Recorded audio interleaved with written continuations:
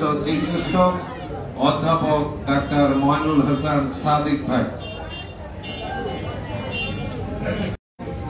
উপস্থিত সাংগঠনিক সম্পাদক আমাদের মাঝে উপস্থিত আছেন আমাদের শ্রদ্ধেয় নেতা গাইবান্ধা জেলা বিএনপির সাবেক সভাপতি, সাবেক সংসদ সদস্য, সাবেক কেন্দ্রীয় কমিটির সদস্য সাইফুল আলম সাজা, কেন্দ্রীয় নির্বাহী কমিটির অন্যতম সদস্য রওশন আরা ফরিদ সহ আমার গাইবান্ধা জেলা বিএনপি আমার সহযোদ্ধা, আমরা যারা একসাথে দীর্ঘদিন রাজপথে লড়াই করেছি, গাইবান্ধা জেলা বিএনপির সংগ্রামী সাধারণ সম্পাদক, সহ সভাপতিবৃন্দ এবং বিভিন্ন পর্যায়ের গাইবান্ধা জেলা বিএনপির নেতৃবৃন্দ, অঙ্গ সংগঠনের নেতৃবৃন্দ এবং সম্মানিত সুধীজন, আসসালামু আলাইকুম। আমার বক্তব্যের শুরুতে আমি গভীর শ্রদ্ধার সাথে স্মরণ করছি সেই ক্রান্তিবীরকে, যিনি বাংলাদেশের মানুষের সামনে প্রথম একটি শব্দ উচ্চারণ করেছিলেন, উই রিভল্ট। পরবর্তীতে 25শে মার্চ কাল রাত্রে যখন পাকিস্তানের বর্বর বাহিনী আমাদের অতর্কিত বাংলাদেশের নিরস্ত্র মানুষের উপর ঝাঁপিয়ে পড়ে গণহত্যা শুরু করে, সে সময় স্বাধীনতা আন্দোলনের প্রধান নেতা যখন সুটকেস গুছিয়ে বসেছিলেন পাক বাহিনীর কাছে আত্মসমর্পণ করার জন্য, তার সহকর্মীরা বলেছেন, অধ্যাপক কামরুল বলেছেন, তার সহকর্মীরা স্বাধীনতার ঘোষণা দেওয়ার একটি লিখিত দলিল তার কাছে চেয়েছিলেন, তিনি অস্বীকার করেছেন। বলেছেন টেপ রেকর্ডারে অন্তত বলে যান যে 5 থেকে বাংলাদেশ স্বাধীন। উনি বলেছেন, তোমরা কি আমাকে বিচ্ছিন্নতাবাদী বানাতে চাও? এই তকমা আমি গায়ে নিতে চাই না। উনি সুটকেস গুছিয়ে বসে আছেন, কখন পাক বাহিনী আসবে তাকে সসম্মানে নিয়ে যাবে সেই জন্য তিনি অপেক্ষা করছেন। এবং তার সহকর্মীদের বলেছেন, তোমরা ভারতে চলে যাও, যেখানে চলে যাও। একটি অপ্রস্তুত জাতি আলোচনা করেছেন দীর্ঘ 10 থেকে 12 দিন। পাক বাহিনী সমস্ত সামরিক বাহিনী এসেছে বাংলাদেশে, অস্ত্র এসেছে এবং অপ্রস্তুত জাতির উপরে নির্বিচারে গণহত্যা চালিয়েছে।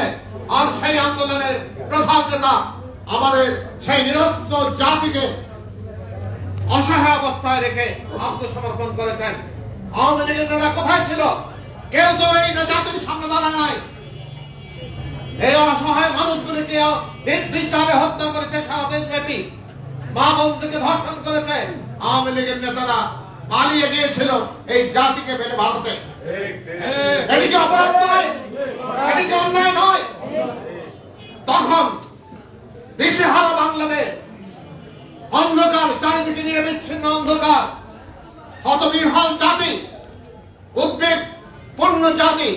সেরকম একটি সময় একটি মাত্র ইথারের ঘটনা, I major Zia has I declared the independence of Bangladesh. এই একটি ঘোষণার মধ্য দিয়ে বাংলাদেশের স্বাধীনতা যুদ্ধ শুরু হয়েছে। ভাবুন একবার, যদি জিয়া না থাকতেন, যদি জিয়া বাংলাদেশে না থাকতেন, তাহলে কি হতো বাংলাদেশের অবস্থা, কি হতো স্বাধীনতা যুদ্ধ আমরা জানি না, আমরা বলতে পারবো না। কিন্তু একটি মাত্র কণ্ঠস্বর গোটা জাতিকে ঐক্যবদ্ধ করেছে। স্বাধীনতা যুদ্ধ শুরু হয়েছে, নিজ হাতে অস্ত্র নিয়ে যুদ্ধ করেছেন, দেশ স্বাধীন করেছেন। আবার তিনি নির্বিচারে ব্যারাকে ফিরে গেছেন, বৈষম্যের শিকার হয়েছেন। উনি সিনিয়র হওয়া সত্ত্বেও তাকে ডিমোটি করা হয়েছে। যেহেতু জিয়ার একটি অপরাধকে ক্ষমা করেনি আওয়ামী লীগ সারা জীবন, কেন তিনি স্বাধীনতা ঘোষণা করলেন? এই অপরাধে অভিযুক্ত জিয়াউর রহমান তার সমগ্র জীবনব্যাপী আওয়ামী লীগের কাছে তিনি অপ্রিয় ছিলেন এই একটি মাত্র কাজের জন্য, যে তিনি স্বাধীনতার ঘোষণা করেছিলেন, যে কাজটি করার কথা ছিল শেখ মুজিবুর রহমানের। জিয়াউর রহমান যখন স্বাধীনতা ঘোষণা করেন, কোথায় ছিল তার স্ত্রী? চিন্তা করেননি। কোথায় ছিল তার দুগ্ধপোষ্য শিশু সন্তান? একবারও চিন্তা করেননি। ক্যান্টনমেন্টের মধ্যে যদি এই যুদ্ধ যদি ব্যর্থ হতো, খালেদা জিয়া মৃত্যুবরণ করতেন, তার সন্তানরা মৃত্যুবরণ করত। একবারও সন্তান স্ত্রীর কথা চিন্তা না করে তিনি বন্দী ছিলেন খালেদা জিয়া। এই স্বাধীনতা যুদ্ধের সময় দীর্ঘ সময় পাকিস্তানি বাহিনীর কাছে বন্দী ছিলেন। সেজন্যই আমরা বলি বাংলাদেশের প্রথম নারী মুক্তিযোদ্ধা হচ্ছে খালেদা জিয়া। তার আগে তো কেউ বন্দী হয় নাই। এইরকম অসাহস সাহসী একজন ব্যক্তি যিনি, আপনারা বলুন, বলতে পারবেন বাংলাদেশে আর একজন রাজনীতিবিদের কথা, জিয়াউর রহমানের মতো সৎ, জিয়াউর রহমানের মতো সাহসী, জিয়াউর রহমানের মতো দেশপ্রেমিক। এই যে ছাত্র দলের ছেলেরা আছে পিছনে, কিভাবে ছাত্র দল তৈরি হয়েছে জানো তোমরা? বাংলা একাডেমিতে অনুষ্ঠান, তখন জিয়াউর রহমান সামরিক আইন প্রশাসক স্লোগান দিচ্ছে, ঢাকা বিশ্ববিদ্যালয়ের ছাত্ররা সর্বদলীয় জিয়াউর রহমানের বিরুদ্ধে, সামরিক শাসনকে ঢুকতে দেব না, সামরিক শাসনকে। বুকের পাতা লাগে, হিম্মত লাগে, সাহস লাগে, দেশপ্রেম লাগে কথা বলতে গেলে। গার্ডকে সরিয়ে দিয়েছেন, সরে যাও, ওরা কি বলতে চায় আমি শুনবো। এগিয়ে গিয়েছেন জিয়া একা, তার সিকিউরিটি ফোর্স, ওনারা আর আমার চাইতে ভালো জানবেন। সিকিউরিটি ফোর্স, স্যার ওখানে যাওয়া যাবে না স্যার, অঘটন ঘটে যেতে পারে, না আমাকে যেতে দাও, আমি যাবো, একা যাবো। ছাত্ররা ধাক্কাধাক্কি করেছে, ওনার মাথা থেকে ক্যাপ খুলে পড়েছে, ছাত্ররা স্তম্ভিত হয়েছে। বাংলাদেশের ইতিহাসে এরকম একজন ব্যক্তি এত বিক্ষোভের মধ্যে সাহসের সাথে গিয়ে দাঁড়িয়ে জিজ্ঞেস করেছে, তোমাদের কি কথা আমাকে বলো, কেন তোমরা বিক্ষোভ করছো, কি চাও তোমরা আমাকে বলো। ছাত্ররা তখন রীতিমতো হতবাক, বিস্মিত, এও কি সম্ভব। তারপরেই ছাত্রদলের উন্মেষ হয়েছে, ছাত্রদলের সূচনা হয়েছে। সমস্ত ভালো ভালো ছাত্র, এই ফেল করা ছাত্র নয়, জিয়াউর রহমান সমস্ত মেধাবী ছাত্রদের নিয়ে নৌবিহারে গিয়েছিলেন। 3 দিন ব্যাপী নৌবিহারের মধ্যে উনি শিখিয়েছেন রাজনীতি, উনি দেশের কথা, দেশের মানুষের কথা এগুলো বলেছেন। এই জিয়াউর রহমান যদি না থাকতো বাংলাদেশে, আপনারা চিন্তা করে দেখুন, আজ একটা, আমি অনেক বেশি সময় নিয়ে ফেলছি,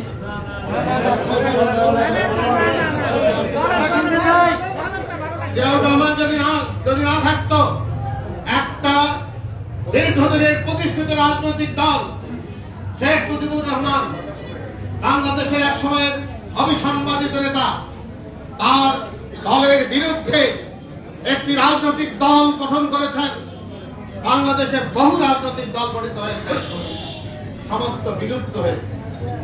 জাসদ নামে একটি প্রতিবাদী দল ছিল, শুধুমাত্র ভুল রাজনীতির কারণে বিলুপ্ত হয়েছে জাসদ।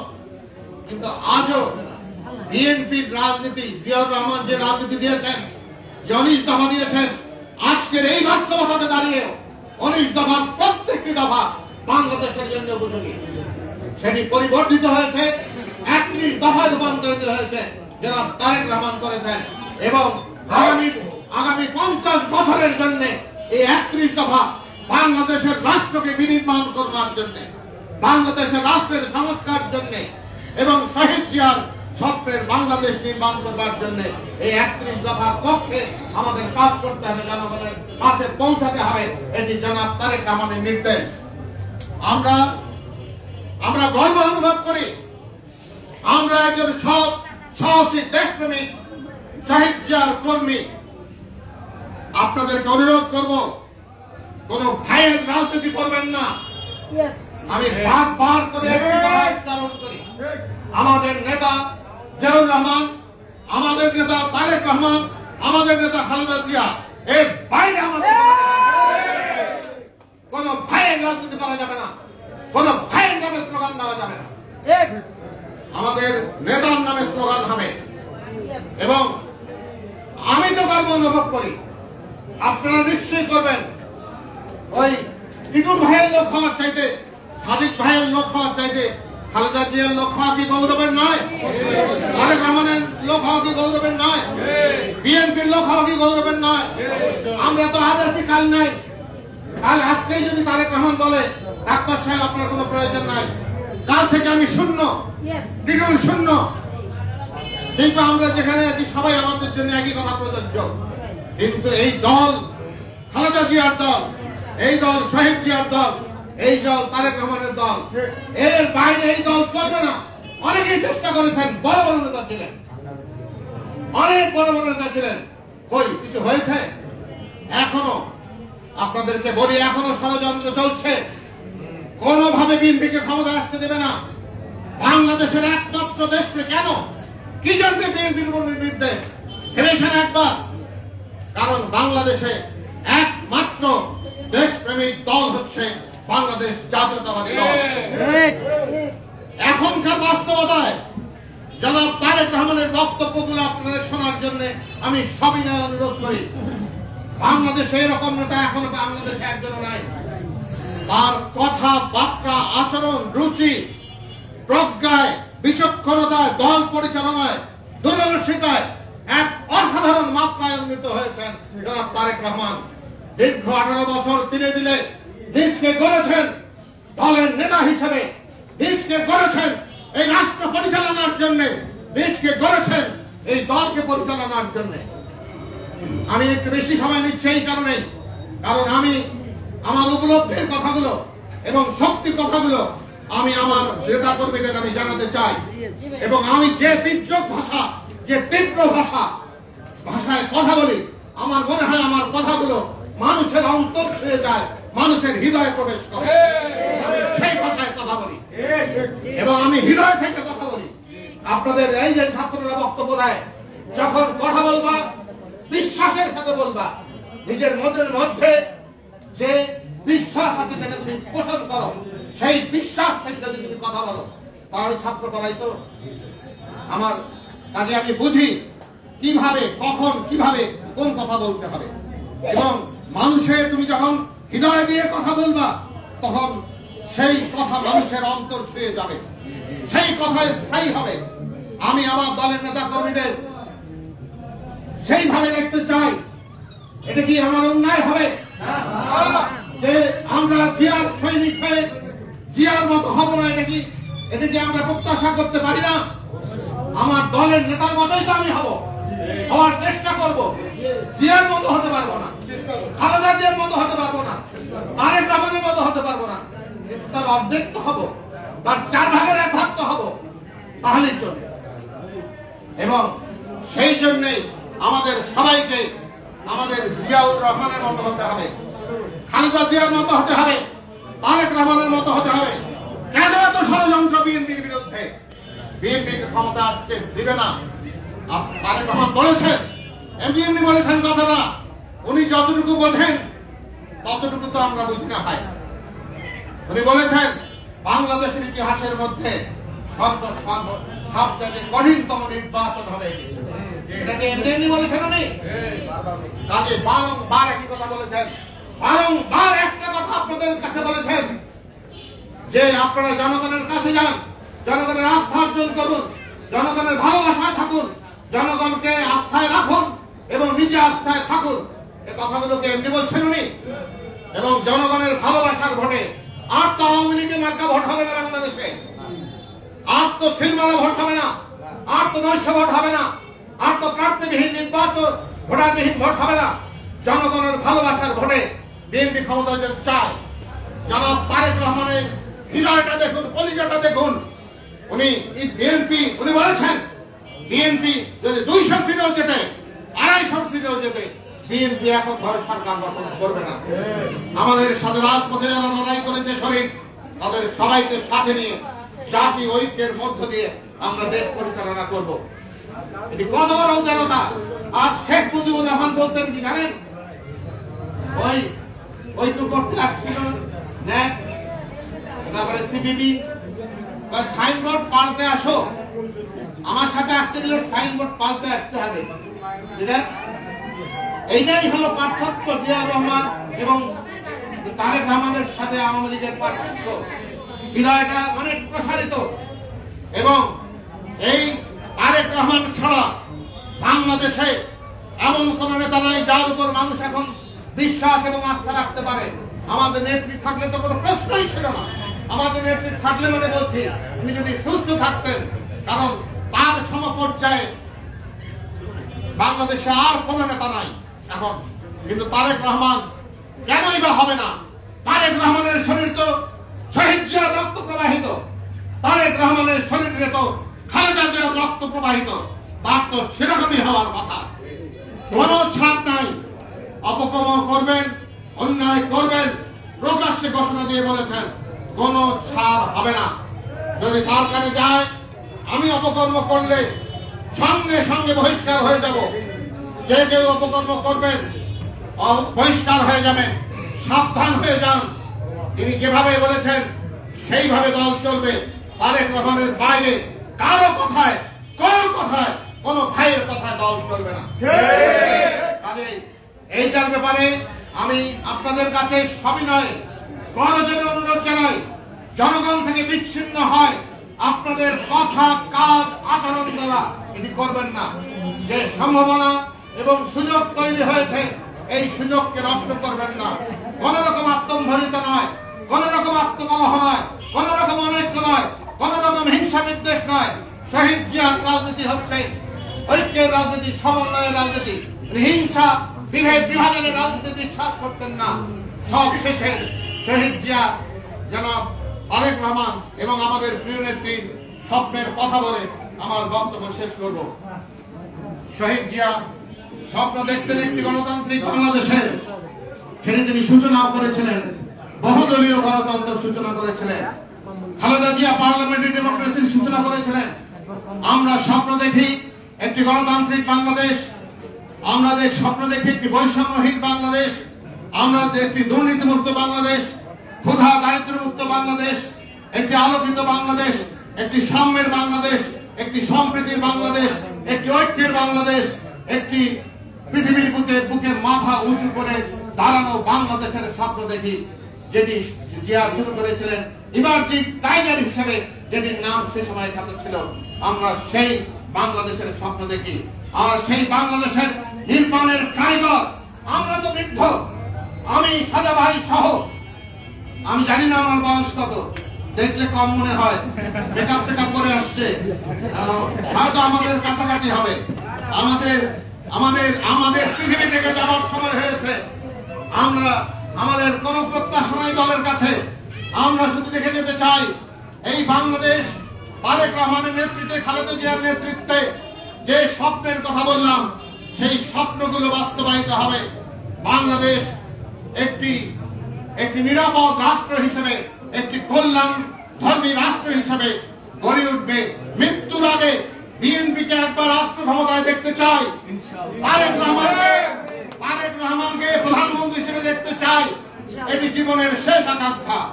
একটা আকাঙ্ক্ষা ছিল, পূরণ হয়েছে। শেখ হাসিনার পতন দেখে বলতে চেয়েছিলাম, সেটি পূরণ হয়েছে। এখন আরেকটি আকাঙ্ক্ষা আছে, বিএনপিকে রাষ্ট্র ক্ষমতায় দেখতে চাই। আমি এমপি হই বা না হই তার কিছু যায় আসে না। আমি শুধু বিএনপিকে রাষ্ট্র ক্ষমতায় দেখতে চাই, তারেক রহমানকে প্রধানমন্ত্রী দেখতে চাই, এবং শহীদ জিয়ার, দেশনেত্রী বেগম খালেদা জিয়া এবং তারেক রহমানের স্বপ্নের বাংলাদেশ দেখে মৃত্যুবরণ করতে চাই। এই কথা বলে আপনাদের সকলকে